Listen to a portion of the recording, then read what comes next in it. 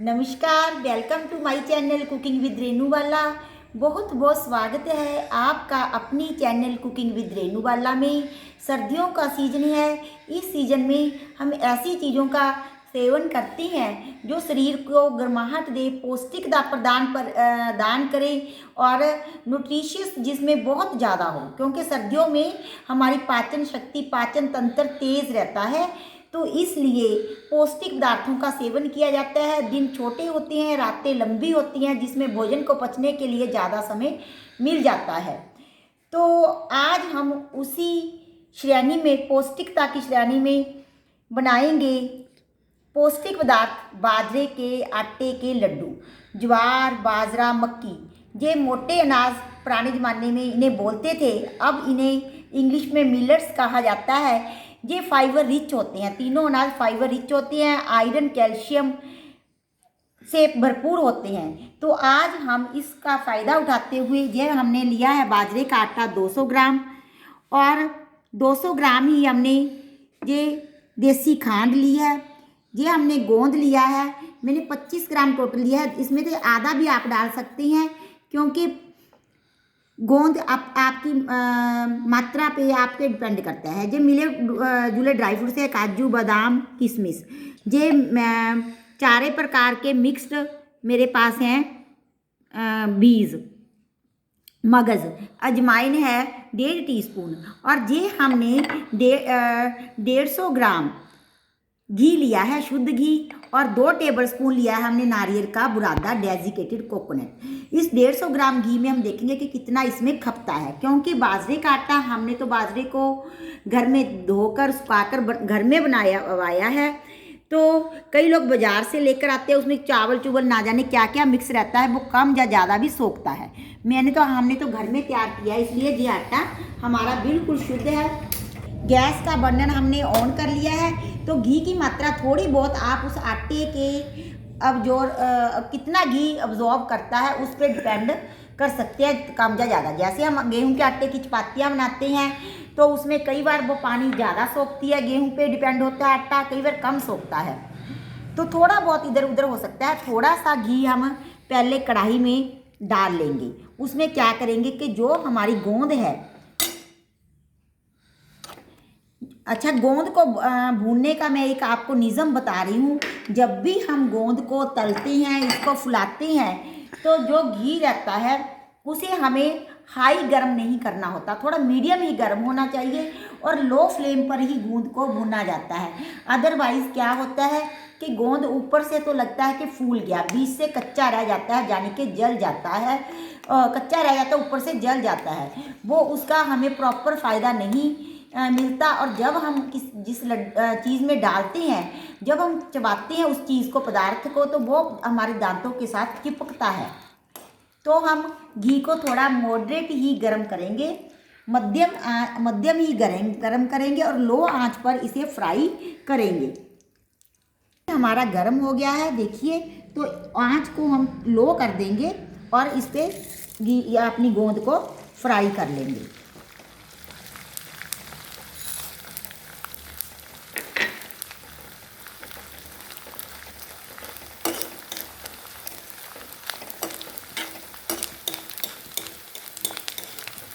देखिए गोंद हमारी कितनी फूल गई है।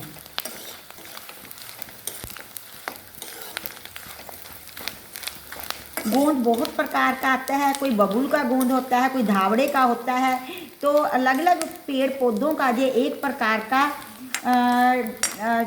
मतलब कि जो डिस्चार्ज रहता है पौधे अपने, उसे गोंद कहा जाता है।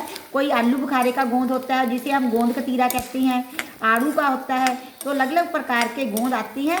महिलाओं के लिए सबसे अच्छा गोंद धावड़े का गोंद बोला जाता है, जो मैंने पंजीरी में मिलाया था, पंजाबी पंजीरी में, वहाँ मैंने धावड़े के गोंद का ही प्रयोग किया था। ये भी किसी जड़ी बूटी का विशेष गोंद है जो हमने राजस्थान से लेकर आए थे। ये हमारा गोंद फ्राई हो गया है, अब हम इसे घी में से निकाल रहे हैं। ये मैंने कम आंच पर काफ़ी समय भुना है इसे, ताकि बिल्कुल लो फ्लेम पे मैंने इसे भून लिया है, ताकि बिल्कुल अंदर तक ये सीख जाए और चिपचिपाहट ना करे दांतों के साथ। गोंद फ्राई करके हमने एक साइड पे रख लिया। अब हम सारा घी ना मिलाकर थोड़ा रख लेंगे ताकि देखते हैं कि आटा हमारा कितना अब्जॉर्ब करता है। वैसे 200 ग्राम आटे के लिए हमने 150 ग्राम घी लेकर रखा था। इसे मेल्ट होने देते हैं और आटा इसमें मिला लेंगे, बाजरे का आटा। और इसे कम आंच पर, ये मैं विशेष तौर पे कह रही हूँ कि लो फ्लेम पर ही इसे हमने भूनना है। और मैं आपको बता दूंगी कि मेरे को कितना टाइम आटा भूनने में लगा है। ठहरो, हम देखते हैं कि और घी डालेगा जाना, क्योंकि भूनने के पश्चात जो थोड़ा घी होता है वो आटा भी रिलीज़ कर देता है जब सीख जाता है।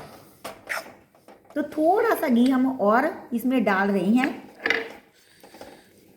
तो मैं आपको बाद में इसका वेट करके बता दूंगी कि 200 ग्राम आटे में मेरा कितना घी हमारा इसमें लगा है। अब हम इसे लो आंच पर बस लगातार हिलाते चलाते हुए भूनेंगे और कुछ नहीं करेंगे। घी डालने के पश्चात जो हमारा बाजरा है का आटा है वो इस प्रकार का हो गया है। बस अब हम इसे हिलाते चलाते हुए भूनेंगे और मैं आपको टाइम भी बता दूंगी कि कितना टाइम लगा है। हमने हमारा बाजरे का आटा भून लिया है। इसकी पहचान क्या है, देखिए घी आ गया है, कलर बदल गया है, इसने घी छोड़ दिया है और इसमें से खुशबू भी आने लगी है भूनने की। तो इतना आटा भूनने में हमें 23-24 मिनट लगे हैं। तो मैंने आँच बिल्कुल ही लो ली है, देखिए आप, बिल्कुल ही इतनी आँच, कम आँच पे मेरे को 23-24 मिनट लगे हैं। और देखिए इस पर घी छोड़ दिया है, बिल्कुल कितना रिलीज हो गया है।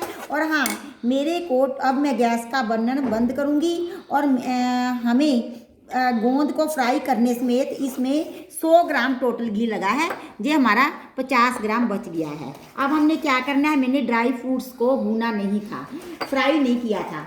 तो आप देखिए कि किस प्रकार से ये क्रिस्पी हो जाते हैं, क्रंची हो जाते हैं। पहले हम अजवाइन डालेंगे। किसी भी आटे को भूनते समय, पिन्नियाँ बनाते समय, लड्डू बनाते, बर्नर मैंने बंद कर दिया है। हम अजवाइन इसलिए डालते हैं क्योंकि इसमें घी काफ़ी मात्रा में रहता है, ताकि अजवाइन से वो डाइजेस्टेबल बन जाएँ, हमारा पित्त ना बढ़े। घी ज़्यादा कई बार प्रयोग करने से हमारे बॉडी में पित्त बढ़ने लगता है। तो ये ड्राई फ्रूट्स मिले जुले थे, मैंने काट लिए हैं, किशमिश, बादाम, काजू। ये भी मैं बीच में ऐसे भून दूँगी। देखिए कितने फड़कने लगे हैं, जैसे हम जीरा डालते हैं तो इट मीन ये भून रही हैं। और हमने हिलाना होता है ताकि बीच में से हमारा आटा जले नहीं। ये देखिए, ये मैं डाली हूँ चारों प्रकार के मगज़, मिक्स्ड मगज़ हैं।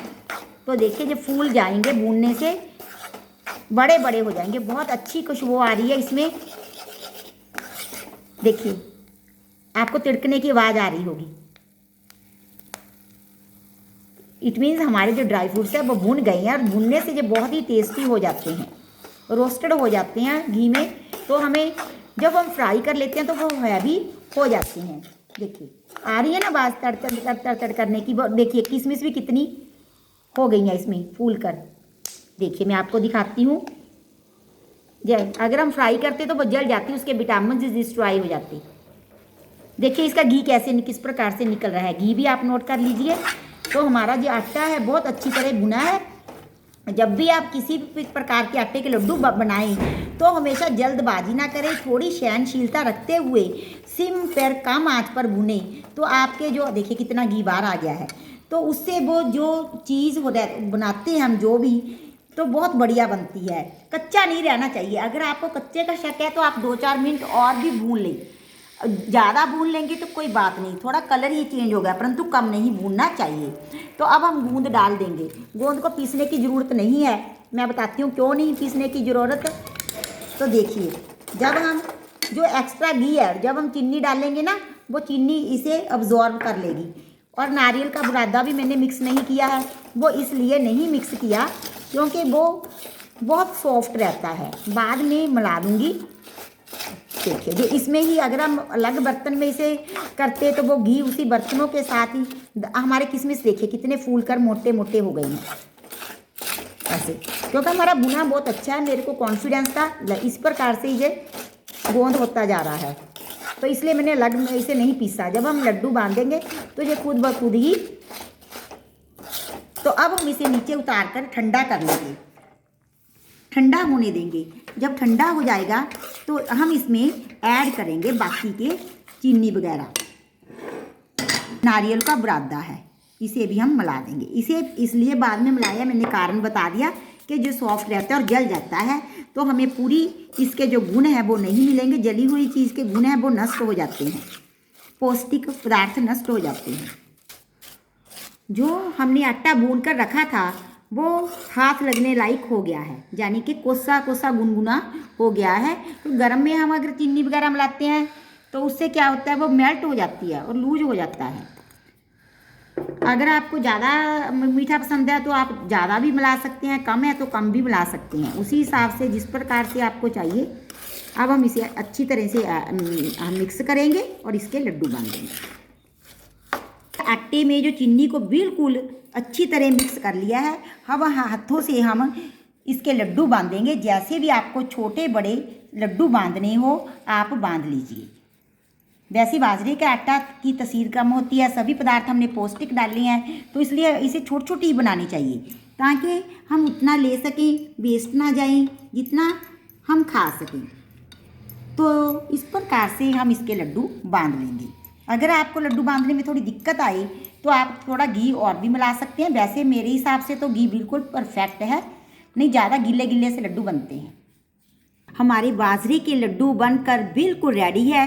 सर्दियों में आप भी इसी तरीके से बाजरे के लड्डू बनाइए और सर्दियों में अपने शरीर को भरपूर पौष्टिकता और गर्माहट प्रदान कीजिए। तो इसके साथ ही मेरी जो चैनल है उस पर मोठ बाजरे की खिचड़ी भी पब्लिश है, जो कि सेहत के लिए बहुत ही बढ़िया होती है। और मैंने बिल्कुल ट्रेडिशनल वे से मोठ बाजरे की खिचड़ी बनाकर रेसिपी पब्लिश की है, तो आप इस प्रकार से बनाइए। अब हम अपनी प्ले लिस्ट भी है लोहड़ी स्पेशल सर्दियों के लिए, जिसमें लोहड़ी के जो स्पेशल बनाए जाते हैं पकवान वो उस प्ले लिस्ट में है। चावलों के आटे की पिन्नी 2 तरह से, गुड़ के साथ और चीनी के साथ। तो आप इस रेसिपी को ट्राई कीजिए, कमेंट बॉक्स में कमेंट डालिए कि मेरी बनाई हुई रेसिपीज़ आपको कैसी लगी। तो अब हम आपके साथ रहेंगे नेक्स्ट रेसिपी में, तब तक के लिए बाय बाय। शुक्रिया, वीडियो देखने के लिए बहुत बहुत धन्यवाद। एक मैसेज हमेशा याद रखिए कि पानी को बचाना है और पेड़ पौधों को लगाना है, ताकि हमारा वातावरण बिल्कुल शुद्ध बना रहे और हम कोरोना जैसी भयानक महामारियों से बचे रहें। गृहिणियाँ का बहुत सहयोग कर सकती हैं पानी बचाने में। धन्यवाद, शुक्रिया, बाय बाय।